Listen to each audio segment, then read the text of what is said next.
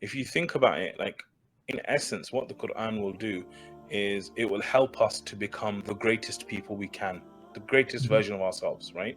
And so when we're talking about identity, this is actually your greatest identity. Like the way you're going to achieve the greatest identity is by basically worshipping Allah alone, is by asking Allah for help alone. And if you look at it, like the Prophet ﷺ chose to be called a slave, right? Abid, that was like one of the highest kind of things that Allah can say about you. So if we're thinking about our identity is actually to be a slave of Allah, like to be actually, Allah says, right, there's my slave. Like that's an example of how one of my slaves should be. So this is the kind of identity that we want to have, where we are the slave and Allah is our master, and we accept that and we do everything possible to make that a reality and make that our identity. Beautiful. And also, like when we are making the dua, he brings in two interesting concepts that you can ask someone for help, but if you're truly asking for, or the help that we are talking about here, for a proper identity, it needs to have two things. One, we need to be confident, have the trust that the one that we are asking can actually take care of it, right? And then the second thing is to feel the need for it.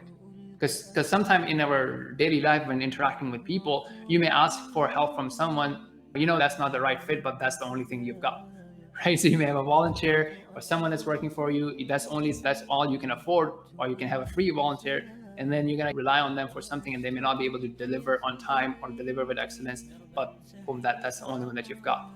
And on the contrary, you may ask someone, but you really know that, hey, I don't really need them. I don't really depend on them. So if you truly feel that dependency, that look, and I think that happens in our life. So you have two types of scenarios. One is that you have a plan, you know what you're going to do, whether it be exam or any project that you're doing, the whole thing is planned. All the details have been planned. You've executed it several times in the past. And then you just cursorily ask Allah, make it successful.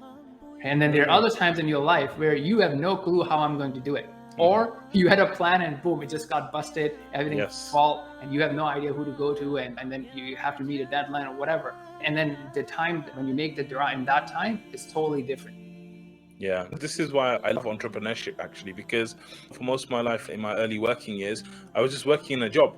And what happens with a job is that every single month, alhamdulillah, you get money from your company coming in every single month.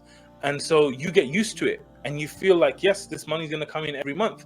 And then when I started thinking about leaving a job and going into entrepreneurship, the level of trust you have for Allah, it flies through the roof, because suddenly you don't have a paycheck guaranteed every single month.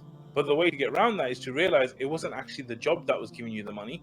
It was Allah that was providing you the money. And Allah's still here in different circumstances. And I think it's a really good point that when there's something we're comfortable with, our reliance on Allah goes like low.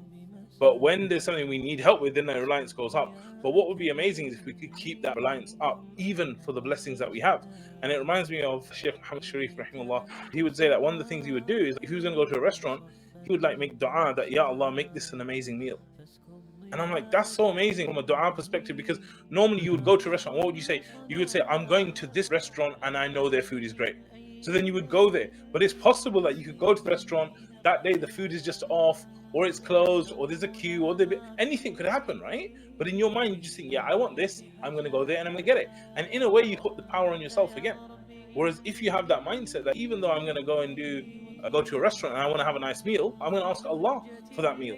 And that way, not only do you ask Allah, but you earn reward for asking it, and then Allah gives you more, and all this kind of stuff that comes out of just by thinking about Allah, rather than thinking about Amazon's going to deliver this, or it's going to happen no matter what. For sure, yeah, this is really beautiful. So I think just if you were to recap that, so having that dependency on Allah, regardless of how comfortable you are with the plan, this is something as simple as a restaurant visit, and you're really asking Allah subhanahu wa ta'ala. And then second thing is, when you are comfortable and your dependence is relatively low on that, to not disobey Allah subhanahu wa ta'ala while seeking what you want to have. And that's another thing that happens, like a lot of time when we are celebrating or when we are being some sort of successful, that's when we are crossing the boundaries of Sharia more and disobeying Allah subhanahu wa ta'ala left and right. May Allah protect us from that.